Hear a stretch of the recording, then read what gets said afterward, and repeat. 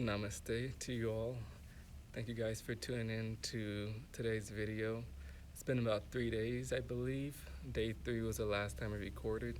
And so today is day 6 of the fast, and can update you guys on some stuff. I hadn't really posted a couple days before. I didn't feel like there's much um, to talk about in that short of a video, but I feel after 3 days, collected enough data off just the internal and external state to share with y'all some stuff. And so just hop right into it. Um, at this point in the fast, it is now the sensation of hunger has completely vanished. I'd say that happened for sure yesterday, day 5. Um, Maybe I think later towards the latter part of day 4, but definitely day 5 and today. Today I haven't ate, and I haven't drank any Shivambu. I've only done enemas and body rubs, and I just feel great. I don't feel any thirst and need to drink anything, so I'm just kind of listening to the body and letting it continue to guide from that place. And oh man, the sun is going down. And one moment.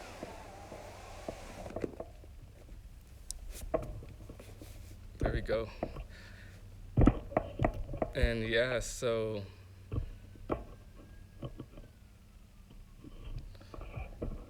gotta adjust the angle. Yeah, and so yeah, at this moment, just feeling super euphoric and just a state of internal this completion where things are just at the point where cosmic energy is starting to become the forefront, and the consciousness of that energy is becoming more and more apparent.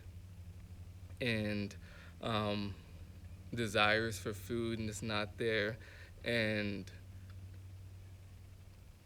really have learned a lot. And I like to touch on is in the earlier videos I was kind of talking about wanting to fast to be able to assimilate all this energy, this knowledge, etc. And now feeling at the place of clarity on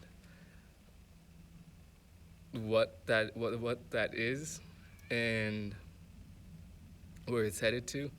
And what that is, like as I've been sharing, since starting our travels, I hadn't been able to really stick with the consistent fasting as I normally do in my practice. And I felt that, along other things, started to kind of create like a buildup of excess energy, because really fasting is probably one of my main outlets outside of just the daily practice and meditation of cleansing, physically, emotionally, mentally, and spiritually. And so to me, fasting has always been more than just about food, but just taking the time to stop and allow the universe to work on all 3 of my bodies: physical, astral, and causal. And because when you're fasting, the body becomes less and less physical consciousness. It starts to become aware of the higher centers. It starts to become aware of more of the energy channels that flow throughout the body, the nadis, the meridian system. And the more the body starts to tap into that, the more you're tapping into the astral body, which means that you're going into a deeper level of cleansing, emotional cleansing, cleansing of traumas, etc. And so this is really tapping in. Fasting really taps into those deeper sectors. And also fasting can help alleviate mental inefficiencies or deficiencies. And so just looking at it from that holistic perspective of how much fasting can bring to the individual. And like for myself, I was saying, just not being able to fast and traveling and just building up with so much energy and feeling lots of growth, but it's almost like like a volcano that's just bubbling up, but there's no way to really have an outlet, because eating consistently, due to environment and circumstances, a lot of consistent action, a lot of consistent doing, so a lot of consistent input into the body. When it had reached a point where it wanted to assimilate, like I was saying before, wanted to digest and absorb what had been learned, what had been experienced, and then use that to transform to the next stage of my growth and continue from there. And so like the feeling of needing to grow but not having a space to fast and allow that process to happen, because it's not something that we can force, I can force. For those who are aware of the I Ching, which is one of the Chinese divination systems, and I did a reading for myself with this fast and kind of going into is, what is this feeling? What is this energy? What is this feeling of being stifled? Where like this, the more I should be giving, and it feels like there's more, but not all of it. It's being able to manifest, and it's like, no, what is this? And the reading, what was received in that was the hexagram was called Hexagram 5, waiting, and it speaks. The image of it is an army before a river, and when we think about that, we know that when it speaks of this army has been amassed, it's powerful, it's strong, it's a big army, it's not a weak army, but it's confronted with the river and it has to cross that river to continue. And so going to like my own internal state where the army, there's lots of energy here, but for it to continue, it must go through the river, and the river means a state of vulnerability, a state of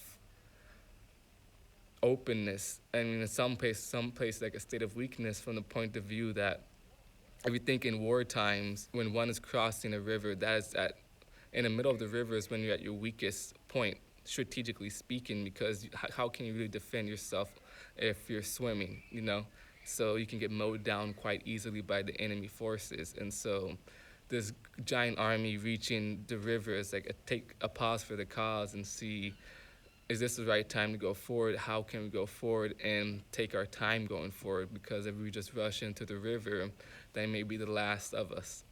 And so for myself, this aspect of confronted with the river, which was this kind of this transformation, this feeling of needing to cross something to be able to start fulfilling the next role in this incarnation. And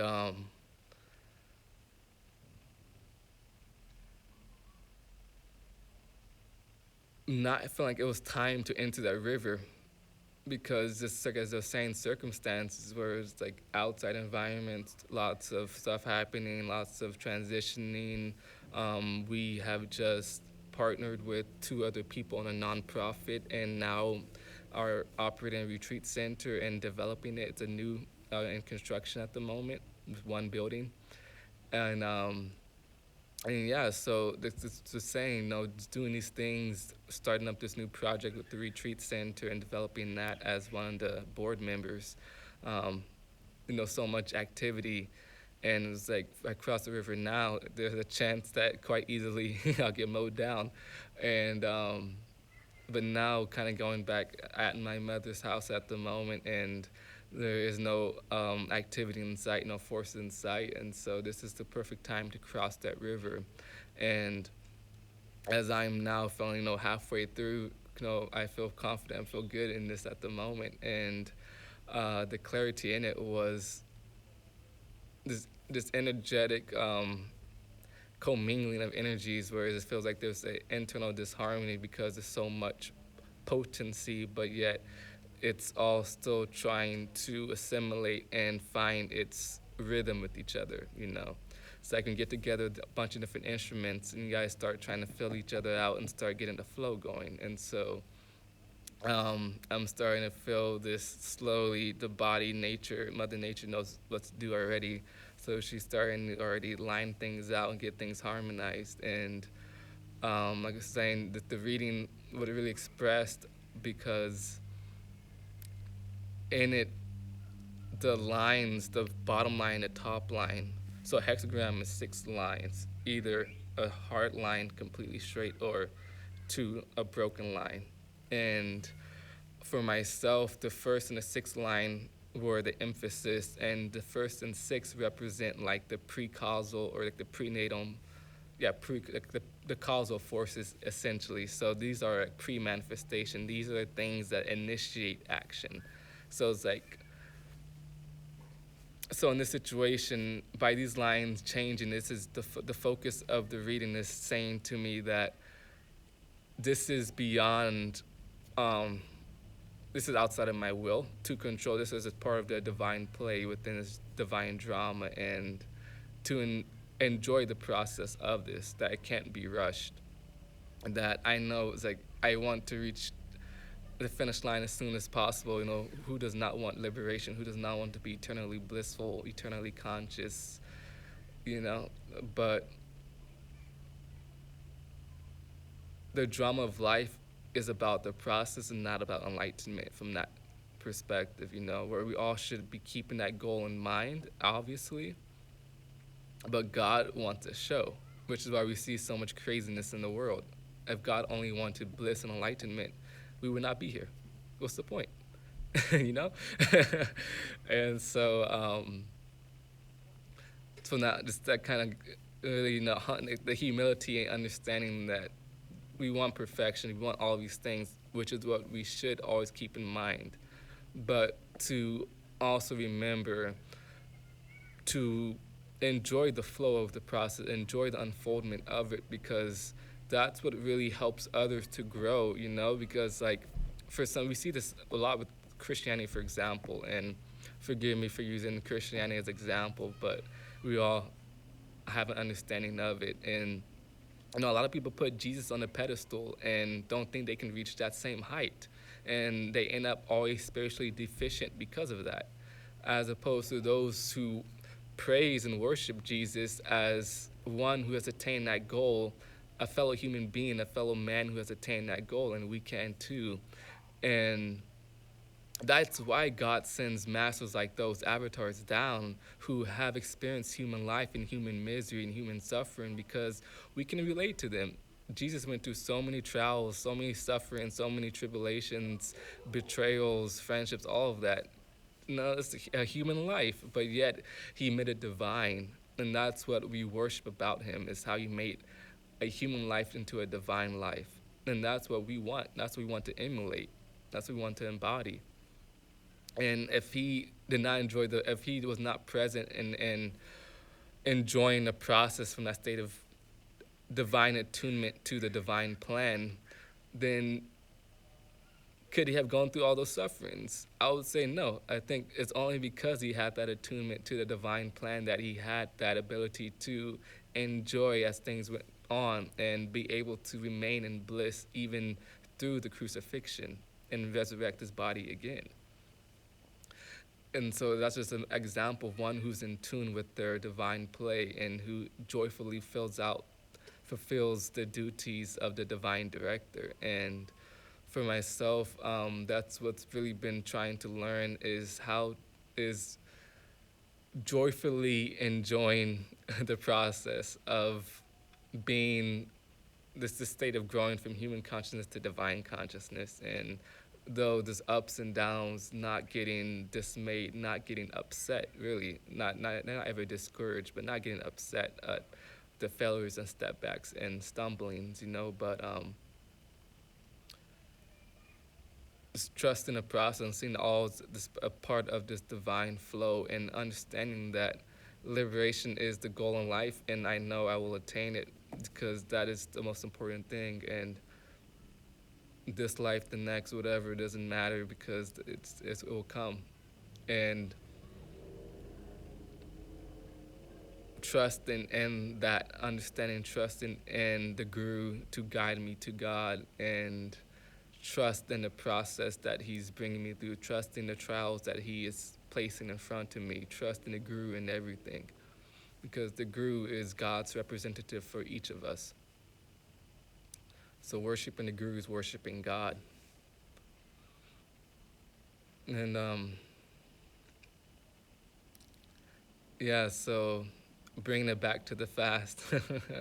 um, yeah, so saying today's day 6, I feel very good. It's like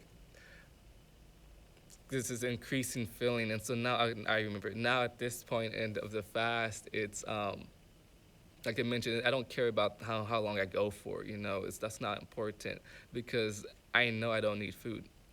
I know. And right now, it's like I know liquids are necessary. I know prana is necessary. I know cosmic consciousness is the only thing that's necessary for existence.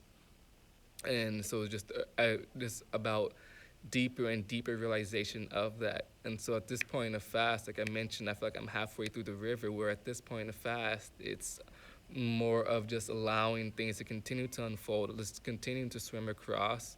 I got a good pace going, I got a good stroke going, and allow it to continue to unfold as it's going. And seeing it as like the deeper layers of that hexagram I was telling you about, 5, the deepest layers of it talks about the earth. And so it ties right back into what the fast is about. The fast is like returning the body to earth. So we don't eat, sometimes we don't drink, depending on the fast we're doing, and we're saying, Mother, you work on me, I give my body to you, service me. And she does it beautifully. She does it perfectly. And at this point, feeling that state, feeling that at the moment of just surrendering the body to that darkness, to the earth, the seed enters, how, the creatures enter the dark to grow. The baby in the womb, the caterpillar inside the cocoon, the seed inside of the shell of it, inside the earth, etc. And so just kind of taking this time to submerge into that abyss and allow the abyss to do the healing. Allow, in this case, the light to come forth from the darkness. And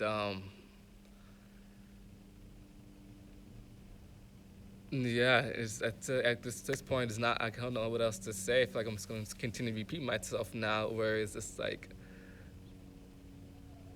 non-doing and trusting the process. And it's really trusting the process and just having joy, because when we are in a state of joy, in a state of happiness, our intuition is strong. Our intuition is sharp when we're happy, when we're truly divinely happy.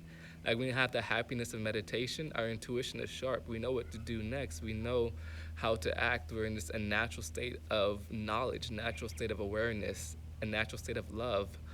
And so to me, part of that trust in the process is you start to remain in that state of love, in that state of bliss, and you're able to be unattached to what happens to you, and be able to have greater compassion towards others and their own hardships, and be willing to walk with them, because you're not focused so much on the destination. You're enjoying the path, which allows you to interact and truly connect with those who you're walking alongside with. And so that's kind of what my focus is, to really try to be more present in the enjoyment of the scenery and enjoyment of the walk, and seeing God in those things as well. And so yes, for myself, just increasing awareness, increasing flow of knowledge, and to me it's just coming from just being happier, being more joyful. And I feel increased consideration, more compassion, more love, more happiness, more peace, just a natural, even this greater flow of knowledge and wisdom enter into being, where it flows out at this point. It becomes more and more natural. And then I kind of want to close off on that, where for me, natural living is like the natural living ties into self-realization, God realization. The divine souls are the souls who are truly living in harmony, which is natural living. And for myself, like fasting, at this point in time, like this experience of fasting, it's bringing the body to this natural state. And from there, it begins to live naturally, begins to act naturally, begins to function naturally. And that requires less and less effort on my part to have to direct the flow of this bodily kingdom. And I am able to harmonize and utilize more of my energy towards the bringing up of energy to the higher centers of consciousness, to the pineal gland, to the ajna chakra, to the crown chakra, to the heart chakra, the throat chakra, center of expression, divine calmness, bringing energy up to those higher centers and really start to flow and work more with the prana, because that is the key to our emancipation. We have to reverse the flow of energy from the senses back to God. So we have to redirect the flow of prana. And fasting for me helps with that so much, because you can breathe so deeply, so naturally, so effortlessly. Your skin is breathing, the body is breathing. There's like the lungs don't have to do all the work. There's like when I feel like I'm inhaling, my skin, everything is inhaling at the same time. It's just complete openness, and I'm just loving it. So that's all updates I have for you guys today. Thank you so much. God be with you all. Peace be with you all. I send you so much love, so much light and peace. And take the time, if you can, to fast, to find some way of find your method of being able to transmute the lower into the higher. Like for me, fasting is just one of those things that I've always resonated with for some reason. I enjoy it so much, but really that's what's so important, is transmuting these lower energies into higher energies. That's how we really get out of the grosser states of consciousness and those entrappings, and have greater understanding and a point of reference. And I'll talk about that more in the next video.